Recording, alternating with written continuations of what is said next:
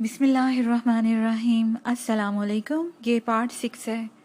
आज हम आपके लिए किताब ला रहे हैं शरारत, आवाज़ तालिया, मुसन्निफ़ असर नोमानी।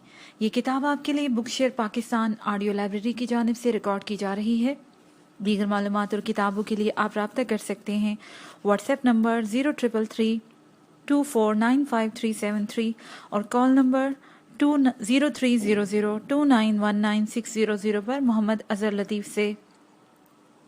ये किताब 160 सफ़ात पर मुश्तमिल है। तो आइए सुनते हैं पार्ट नंबर 6 सफ़ा नंबर 86 से। उधर जैसे ही डॉक्टर रियाद बाहर गए, नजमा और रज़िया कमरे में दाखिल हुई। सलीम ने दूसरी तरफ करवट ले ली। अस्सलामुअलैकुम सलीम भाई, रज़िया ने सामने आकर मुस्कुराते हुए कहा। अब कैसी तबीयत है? सलीम ने कोई जवाब नहीं दिया।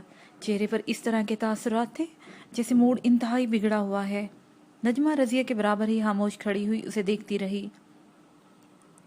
मैंने कहा हजूर के मिजाज कैसे हैं? रज़िया ने एक और कोशिश की, मगर सलीम ने मुंह फेर लिया।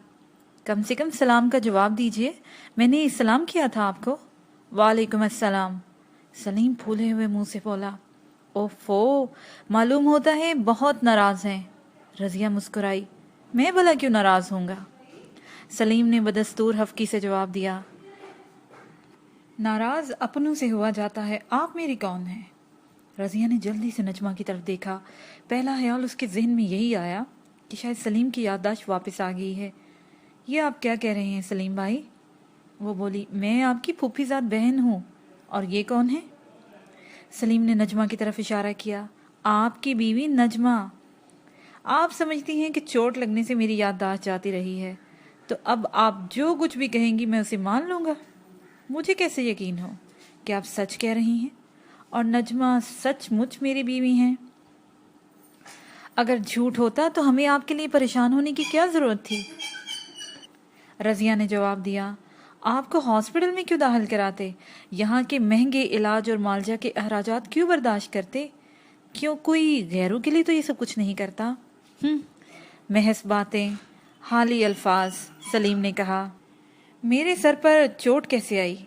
क्या ये मुमकिन नहीं कि इस हादसे के जिम्मेदार आप हो और आप अपने आप को कानूनी बाज़पुर्स से बचाने के लिए ये सब कुछ कर रही हों? मालूम होता है कि आपके जहन में हमारी तरफ से बेबुनियाद शुबा पैदा कर दिया गया है, रज़िया ने जवाब दिया। बहरहाल, अगर आपको हमारी बात का यकीन नहीं तो फिर जिस तरह आप कहें हम यकीन दिलाने के लिए तैयार हैं। सच कह रही हैं? बिल्कुल सच। जो मैं कहूँगा मानेंगी? मानना ही पड़ेगा। आप न सिर्फ मेरी अजीज तरीन सहेली के शौहर हैं, बल्कि मेरे बड़े भाई भी हैं।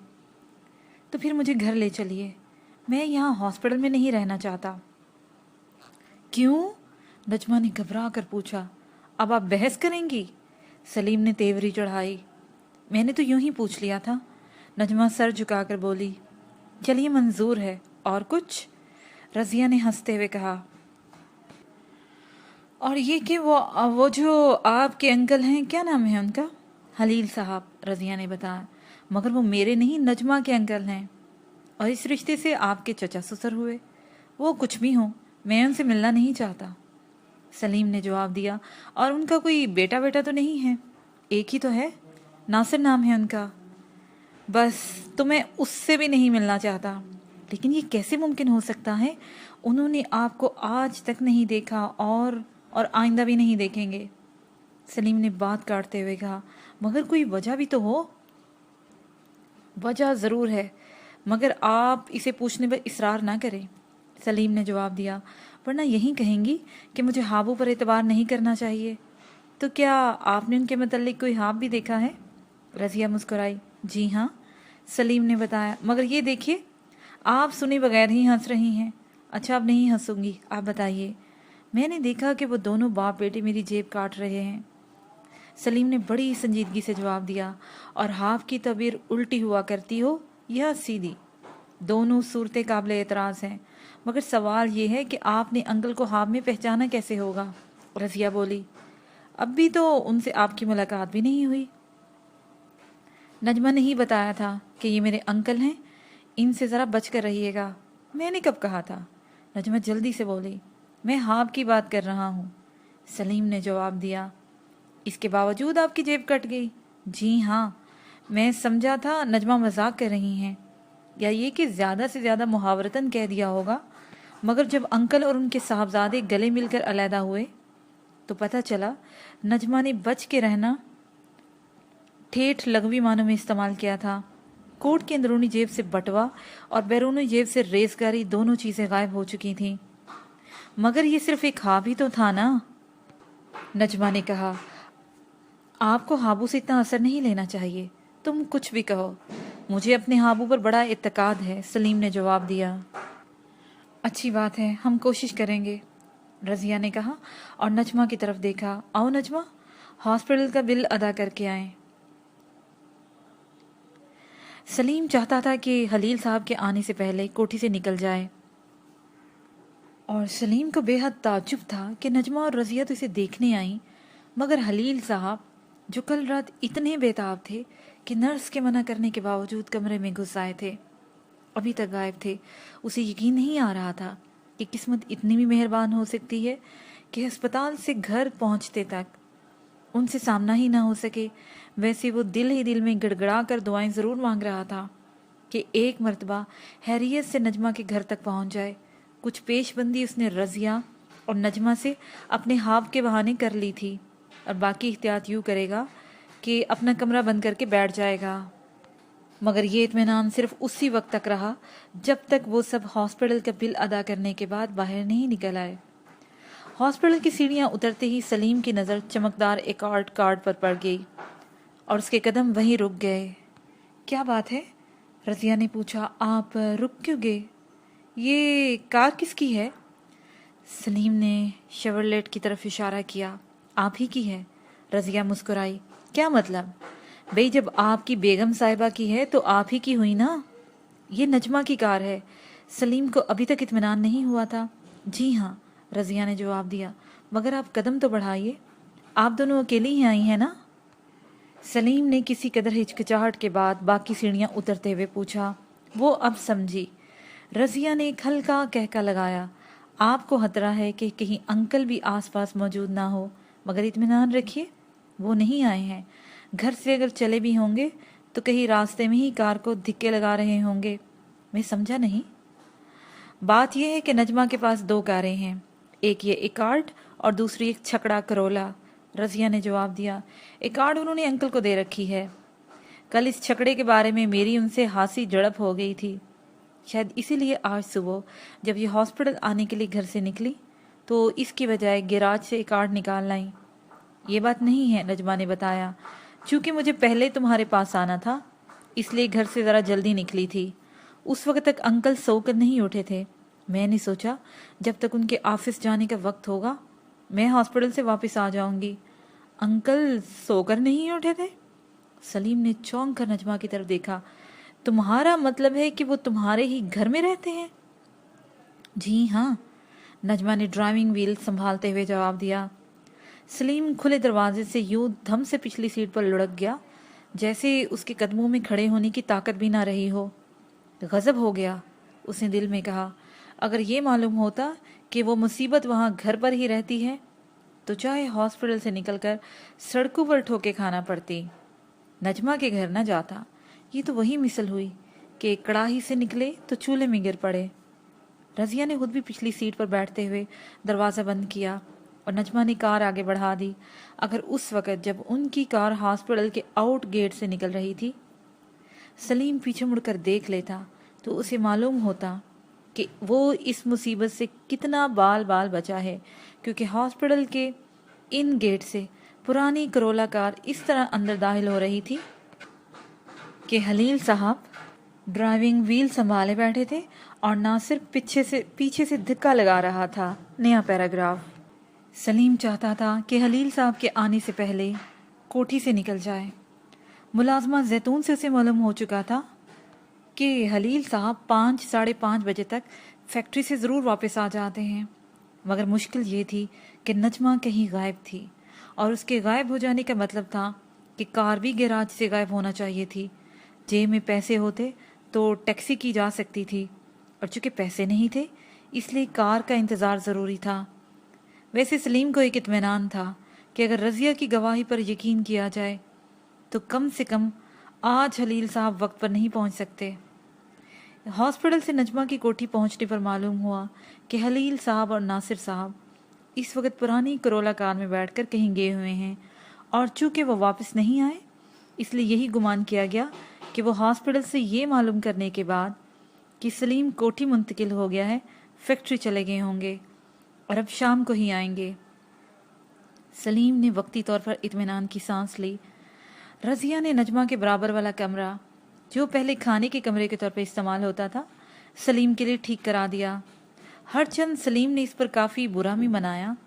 इसका एतराज़ भी माकूल था। आखिर मियाँ बीवी के अलहदा अलहदा सोने की क्या तुक है। मगर रज़िया ने इसे समझाया कि अभी आपकी तबीयत ठीक नहीं है। रज़िया के कमरे में इसकी सहेलियाँ वगैरह आती रहती हैं, वो परेशान करेंगी और आपको चाहिए आराम। मगर इससे भी ज़्यादा ये कि अगर अंकल के सामने आने से बचना है तो आपका कमरा अलहदा होना चाहिए, जिसे आप इनकी मौजूदगी में अंदर से बंद करके बैठे रहें। नजमा का कमरा होगा तो 10 मरतबा कमरे में आए जाएंगे और आपको खोला पड़ेगा। वैसे ये एतराज़ तो सलीम ने महज दोनों को परेशान करने के लिए किया था, वरना जाहिर है कि वो नजमा के कमरे में नहीं रह सकता था। कमरा दुरुस्त कराने के बाद रज़िया नजमा को साथ लेकर बाजार गई और सलीम के लिए चंद जोड़े रेडीमेड कपड़ों की भी खरीद लाई। इसके बाद दोपहर का खाना खाया गया और सलीम अपने कमरे में सोने के लिए चला गया। और अब 4 बजे बाद बाहर निकला तो नजमा घर में मौजूद नहीं थी। सलीम ने गुस्ल करके लिबास तब्दील किया और इंतज़ार करने लगा कि नजमा आए तो उसके साथ ही बगैर कहीं बाहर घूमने चला जाए। मगर इसे ये मालूम नहीं था कि दोपहर इसके जाने के बाद हलील साहब का फ़ोन आया था।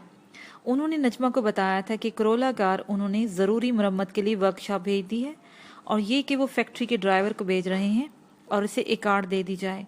इसके अलावा सलीम को भी ये इल्म नहीं था कि मुलाजमा जैतून ने नजमा के मुतल्लिक गलत बयानी की थी। नजमा कहीं बाहर नहीं गई थी, बल्कि मेहमान खाने के एक कमरे में छुपी बैठी थी।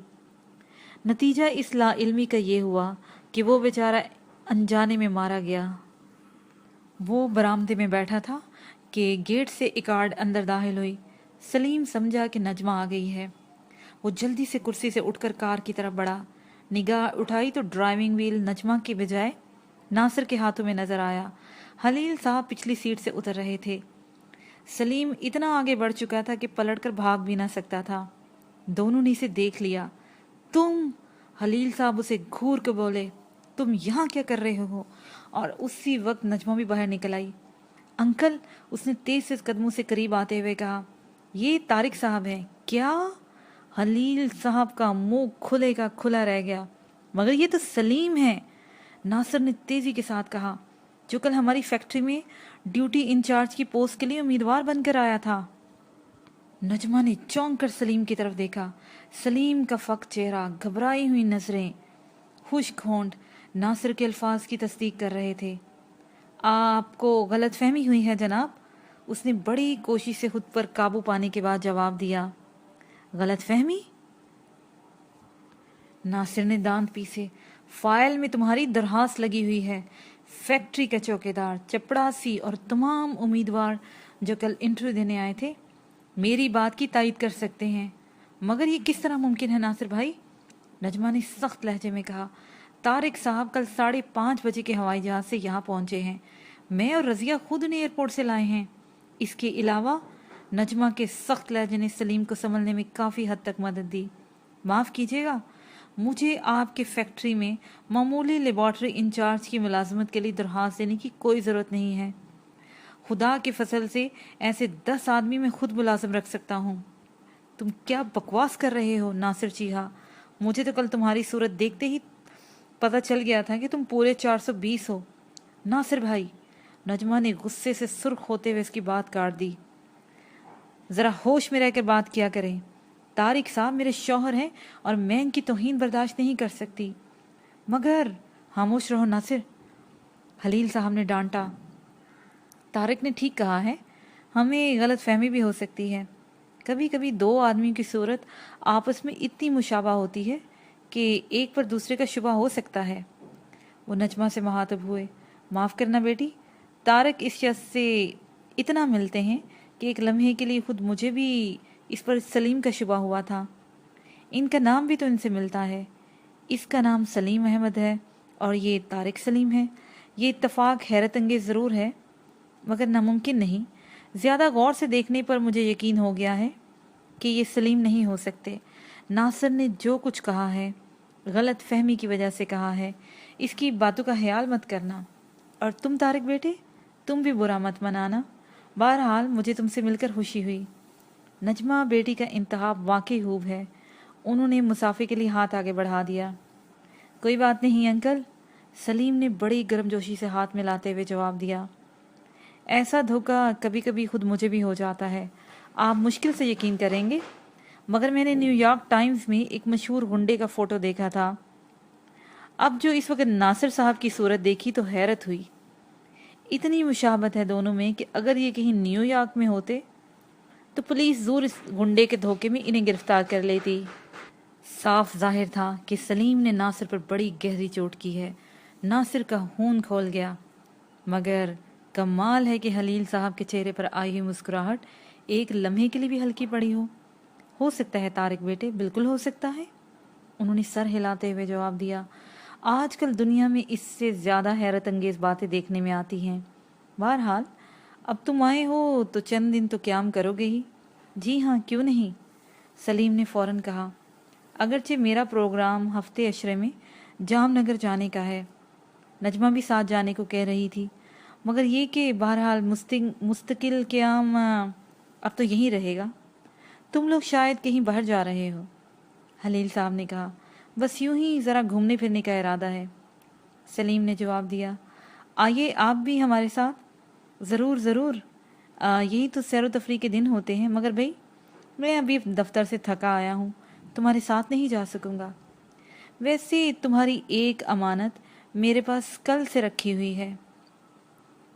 نجمہ بیٹی سے معلوم ہوا کہ تم آ رہے ہو تو ناصر کو بازار بیچ کر تمہارے لیے میں نے کف لنکس کا ایک سیٹ اور ٹائی پن کا ایک سیٹ اور نجمہ کے لیے ایک لاکٹ منگوا لیا تھا۔ گھوم کر آؤ تو واپس آ کے لے لینا۔ خلیل صاحب نے ناصر کی طرف دیکھا۔ تم میرے ساتھ ہو ناصر؟ وہ لمبے قدم اٹھاتے برآمدے کی طرف چل دیے۔ ناصر نے سلیم کو قہر آلود نظروں سے گھورا اور باپ کے پیچھے چل دیا۔ سلیم اس وقت تک ان دونوں کی طرف دیکھتا رہا جب تک وہ برآمدے میں دوسری جانب گھوم کر نظروں سے اوجھل نہیں ہو گئے۔ پھر وہ نجمہ کی طرف متوجہ ہوا۔ تو تم گھر میں تھی اور زیتون نے جھوٹ بولا تھا کہ کہیں باہر گئی ہوئی ہو، اس نے مسکراتے ہوئے کہا، مگر نجمہ کے چہرے پر ہنسی کا نام و نشان تک نہیں تھا۔ تو یہ وجہ تھی کہ آپ انکل اور ناصر بھائی کے سامنے نہیں آنا چاہتے تھے، اس نے سلیم کو گھورتے ہوئے پوچھا۔ اس کا مطلب ہے کہ آپ کل سے ہمیں یادداشت گم کر بیٹھنے کا فریب دیتے رہے ہیں، جبکہ آپ بالکل ٹھیک اور صحت مند تھے۔ جی ہاں، سلیم نے بڑے مزے سے کہا، اور اس کا یہ بھی مطلب ہے کہ تم اور تمہاری سہیلی رضیہ نہ صرف مجھے بلکہ اپنے گھر والوں کو بھی فریب دیتی رہی ہیں۔ اتنا ہی نہیں، تم نے ابھی ابھی اپنے انکل کے سامنے مجھے اپنا شوہر تسلیم کیا ہے۔ وہ میری ایک مجبوری تھی۔ تو یہ میری مجبوری تھی، میں نہیں مانتی، نجمہ غصے سے بولی۔ آپ بالکل اپنے ہوش میں تھے، اچھی طرح سمجھ رہے تھے کہ میں کس وجہ سے آپ کو اپنا شوہر ظاہر کرنا چاہتی ہوں۔ آپ چاہتے تو ہماری یہ غلط فہمی دور کر سکتے تھے، مگر آپ نے دیکھا کہ اس طرح آپ کو دولت مند اور خوبصورت لڑکی کی مجبوری سے فائدہ اٹھانے کا موقع مل رہا ہے، تو چپ سادھ لی۔ مجھے افسوس ہے سلیم صاحب، آپ کی MSc کی ڈگری اور تعریفی سرٹیفکیٹ دیکھ کر میں یہ سمجھی تھی آپ دوسرے نوجوانوں سے مختلف ہوں گے۔ آپ کی صورت اور گفتگو کے انداز سے بھی میں نے یہی سوچا تھا کہ آپ کا کردار شریفانہ اور آپ کے خیالات مہذبانہ ہوں گے، مگر یہ میری غلطی تھی۔ اب میں پچھتا رہی ہوں کہ اپنی بیوقوف سہیلی کے مشورے پر عمل کر کے میں نے اپنے آپ کو ایک ایسی صورتحال میں پھنسا لیا ہے کہ اب بھی اور اسی وقت آپ کو گھر سے نکل جانے کا حکم بھی نہیں دے سکتی۔ जब तक इस सूरत-हाल के तदारुक की कोई शक्ल पैदा ना हो, और आपको बदस्तूर मेरे शोहर का किरदार अदा करना है। आपकी फितरत का अंदाज़ा कर लेने के बाद मैं अब आपकी खिदमत बिला मुआवजा हासिल करना नहीं चाहती। आप दौलत के लालच में ही इस खेल में शरीक हुए थे ना, तो अब आप मुंह मांगी कीमत वसूल कर सकते हैं। वाकई तुम्हें इंसान की बड़ी पहचान है नजमा, सलीम ने मुस्कुराते हुए कहा। वो इस तल्ख गुफ्तगू से ज़रा भी मुतासर नज़र नहीं आ रहा था। तुम गुफ्तगू कर रही थी तो मुझे बिल्कुल ऐसा महसूस हुआ जैसे आईना देख रहा हूँ। मैं अगरचे पूरी तरह तुम्हारी स्कीम से वाकिफ़ नहीं हूँ। हादसे के बाद अस्पताल जाते हुए जो बातें कान में पड़ गई थी। और आप उस वक़्त होश में थे? नजमा ने जल्दी से पूछा। कायदे से तो नहीं होना चाहिए था, मगर कायदे कानून की परवाह भी तो मुझ जैसे आदमी कम ही किया करते हैं, सलीम ने बदस्तूर मुस्कुराते हुए जवाब दिया।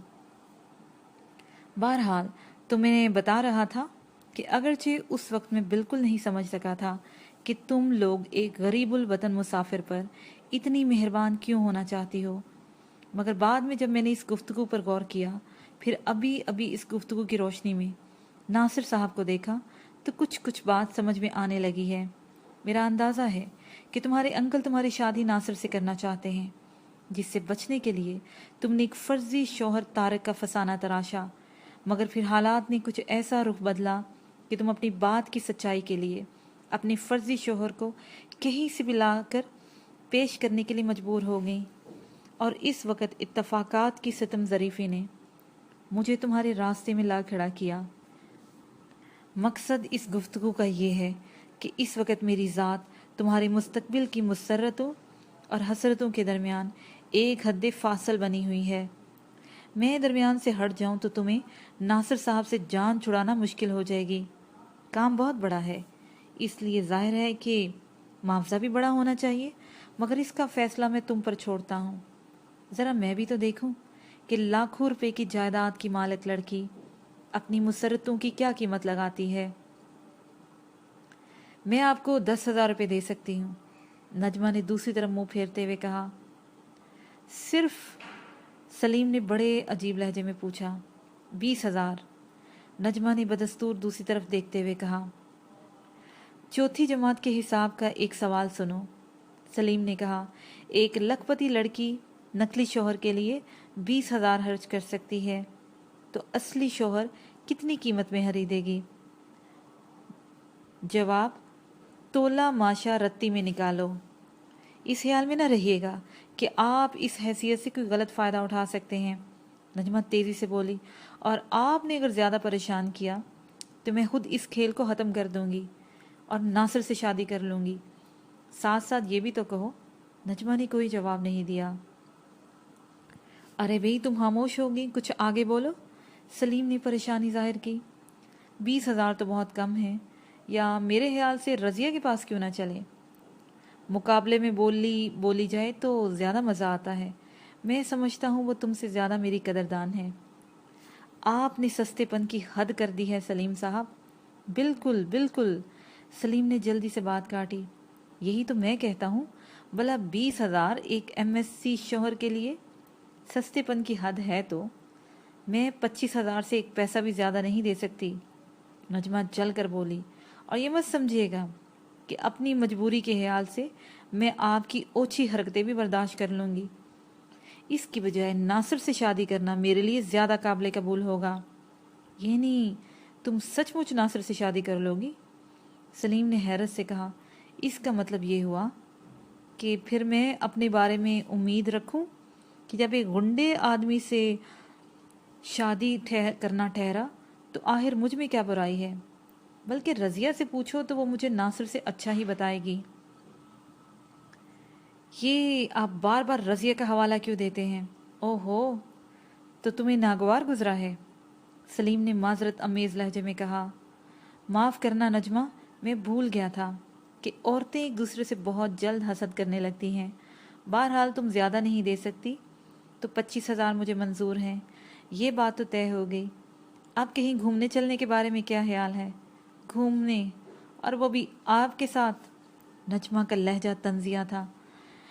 نہیں، میرے ساتھ جانے میں کوئی اعتراض ہے تو میں تمہارے ساتھ چلا جاؤں گا، سلیم نے سادگی سے کہا۔ جی نہیں، میں کہیں نہیں جا رہی ہوں۔ یہ بات ہے؟ جی ہاں، یہی بات ہے۔ اچھا تو میں چلا، سلیم نے گیٹ کی طرف قدم بڑھا دیے۔ آپ کوئی دوسرا شوہر تلاش کر لیجیے گا۔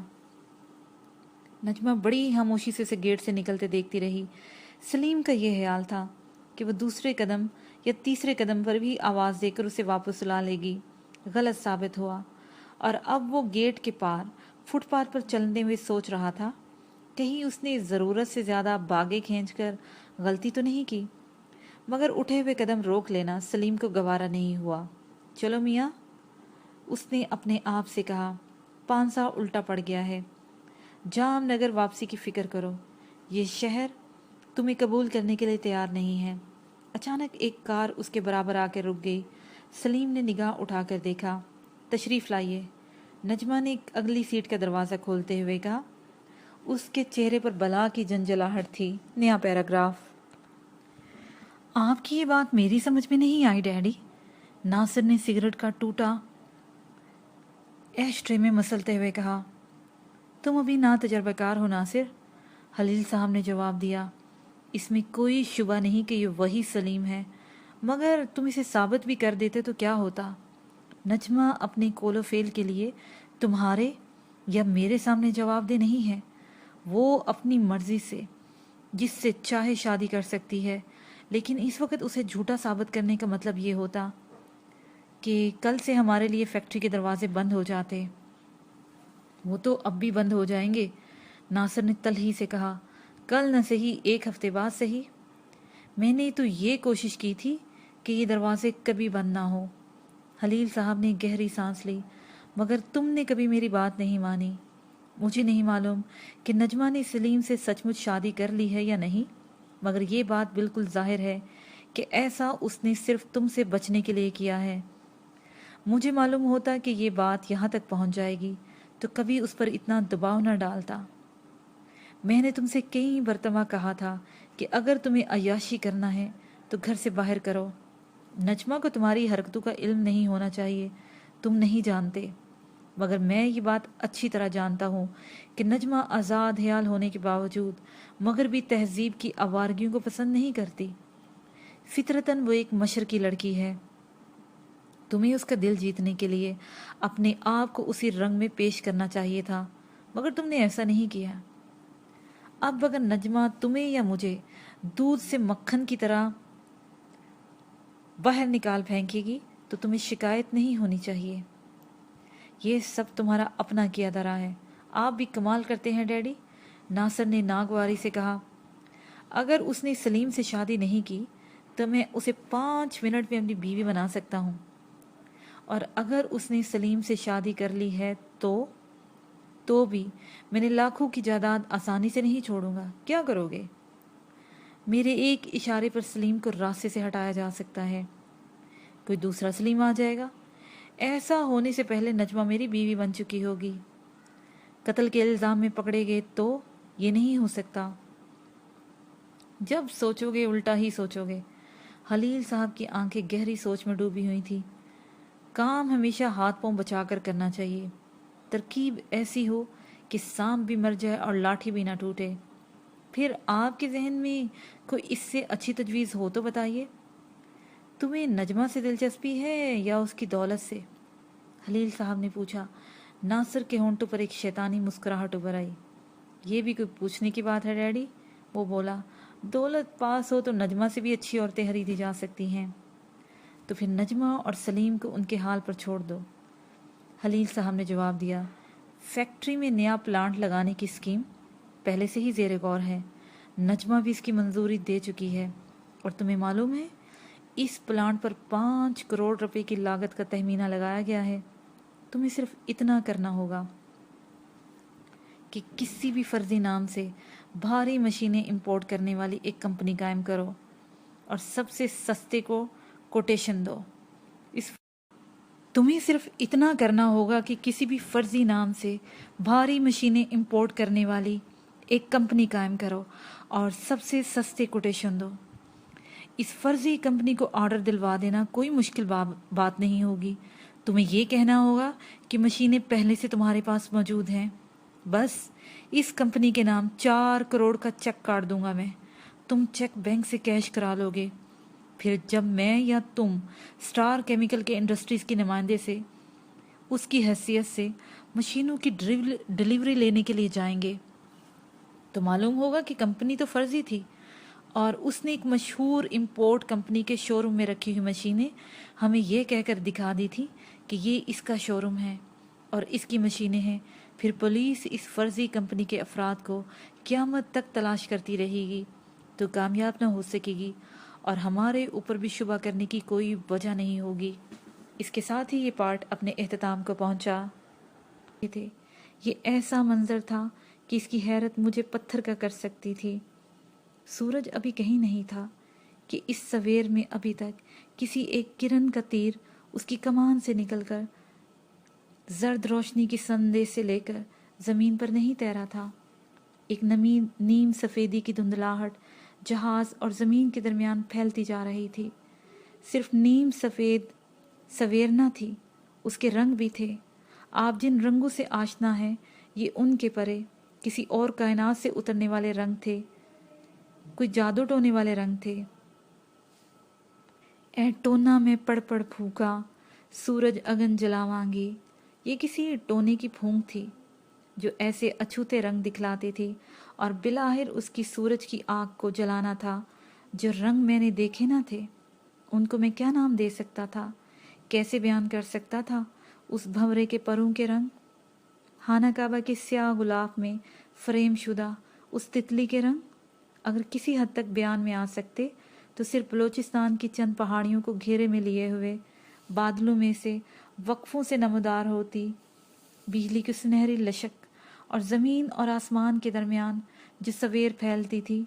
ये रंग बस उन मोजज़ा मंजरों से ही कशीद किए जा सकते हैं, वरना नहीं।